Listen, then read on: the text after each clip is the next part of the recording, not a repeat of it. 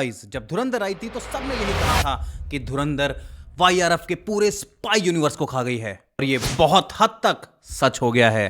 जब धुरंधर रिलीज हो चुकी थी तब वाईआरएफ की अल्फा में कुछ चेंज किए जा रहे थे, उनकी स्क्रिप्ट में कुछ चेंज किए जा रहे थे, लेकिन क्या वो वाईआरएफ के स्क्रिप्ट में बदलाव, क्या ये वाईआरएफ की अल्फा धुरंधर के सामने टिक पाई? आइए यही सब जानते हैं इस वीडियो में। तो कैसे हो दोस्तों, मैं हूं संजय मूवी मंडल से और गाइस अल्फा रिलीज हो चुकी है।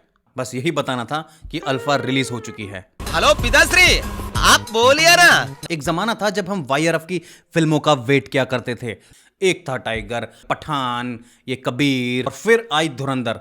और धुरंधर ने हमें एक ऐसा तड़केदार मसालेदार रियलिस्टिक सिनेमा दिखाया कि वाईआरएफ का मसाला हमें फीका लगने लगा। बात तो सही है। धुरंधर ने स्पाई यूनिवर्स का बार यहां भी नहीं, यहां सेट किया। वैसे धुरंधर ने हमारा टेस्ट इतना बदल दिया है कि हमें कुछ और पसंद ही नहीं आ रहा है। अल्फा की तो पूरी स्क्रिप्ट ही टपाई हुई है। आप फिल्म को देखते हुए आपको कई बार लगेगा कि ये सब मैंने पहले भी देखा है। तो चलिए पहले इनकी कुछ इंस्पिरेशन देख लेते हैं कि इन्होंने कहां से कौन सी इंस्पिरेशन उठाई है। सबसे पहले ये कॉन्सेप्ट अल्फा सीरम, एक ऐसा सीरम जो किसी के शरीर में डाल दो तो उसकी परफॉर्मेंस इनहेंस हो जाती है, उसके अंदर सुपर पावर्स आ जाती है। ये सीरम इन्होंने मार्वल के कैप्टन अमेरिका से उठाई है। भाई कॉन्सेप्ट थोड़ा अलग लाओ, कुछ नया करो। अब तो तुम सीधा मेनस्ट्रीम सिनेमा से कॉपी कर रहे हो। और कैप्टन अमेरिका किसने नहीं देखी होगी, सबको पता है। सुपर सीरम सुपर सोल्जर, और इंडिया का super serum super soldier alpha. Bobby Deol film का विलन है और उसका एक असैसिन है, सिर्फ एक असैसिन, एक सोल्जर। जैसे चार्लीज एंजल्स की एंजल थी, बॉबी देओल की सिर्फ एक ही एंजल है। दो बहनें सीता और दुर्गा, और उनका बाप रॉथ चीफ, वो भी सोल्जर। अगर आपने ब्लैक विडो देखी है तो ब्लैक विडो में रेड गार्डियन की दो बेटियां थी, येलेना और नताशा, और ये दोनों भी येलेना और नताशा ही है। और धुरंधर से क्या टपाएं? स्टोरी चुरा नहीं सकते, सब कुछ पहले ही दिखाया जा चुका है। तो हम धुरंधर से टपा लेते हैं उनकी कलर ग्रेडिंग। जब आप धुरंधर का वो पहला शॉट देखते हो, वो ग्रेइशनेस, वो थोड़ी raw footage type feel, same feel alpha के पहले सीन में भी आएगा। वैसे वाईआरएफ वालों ने एक चीज तो अच्छी की, ये थोड़े से स्मार्ट हुए, या स्मार्ट होने की भी कॉपी की, इंस्पिरेशन ली। जैसे कि मार्वल स्टूडियोज में जब फिल्में आती है, उनके ट्रेलर आते हैं तो उनमें से वो कुछ चीज वीएफएक्स से गायब कर देते हैं। ऐसे ही उन्होंने ट्रेलर में इस अनिल कपूर के साथ में बॉबी देओल को गायब कर दिया था ताकि स्टोरी छुपी रहे। लेकिन इस स्टोरी में छुपे रहना जैसा कुछ है ही नहीं। ये तो हमें ट्रेलर से ही पता लग गया था कि फिल्म जा कहां रही है। ये चीज़ हमें ट्रेलर में ही पता लग गई थी कि आलिया भट्ट एक सुपर सोल्जर होगी और वो दुश्मनों से कुछ बदला ले रही है, वो असैसिन है, वो मार रही है लोगों को। पर हमें ये पता नहीं था कि वो किसी की बेटी है और उसकी कोई बहन भी है। सॉरी ज़्यादा बोल दिया, लेकिन ये इतना कोई बड़ा सीक्रेट नहीं है। आपको ट्रेलर से ही समझ आ जाएगा यार कि फिल्म में क्या चलने वाला है। तो कहानी कुछ यूं है कि कारगिल के वॉर के बाद में अनिल कपूर और बॉबी देओल वहां खड़े हैं हमारे देश के शहीद जवानों के साथ में, और वहीं बॉबी देओल ये कहता है कि वो एक अल्फा का प्रोग्राम बनाएगा। वो एक सीरम बनाता है और वो सीरम इंजेक्ट कर देता है कुछ लोगों में, लेकिन वो सोल्जर्स मर जाते हैं। फिर वो आलिया भट्ट को ट्रेन करता है, आलिया भट्ट के अंदर ये सीरम जिंदा रह जाता है। इधर अनिल कपूर वॉर 2 में ही रॉ का चीफ बन गया था और ये उसका एक पर्सनल मिशन है। क्यों? क्योंकि आलिया भट्ट और शर्वरी उसकी बेटी है। भाई फिल्म का पहला हाफ एस्टैब्लिश होने में ही चला जाता है। ऐसा लगता है कि फिल्म की कहानी आगे बढ़ रही है, ये अब सेटल होगी। आपको पता ही नहीं लगता कि कब इंटरवल हो गई है। फिल्म की स्टोरी एस्टैब्लिश करने के लिए कि ये अब एस्टैब्लिश करेंगे, और फिल्म की स्टोरी एस्टैब्लिश होती ही नहीं है। कुछ सीन्स पास्ट में चल रहे हैं, एक सीन प्रेजेंट में चल रहा है।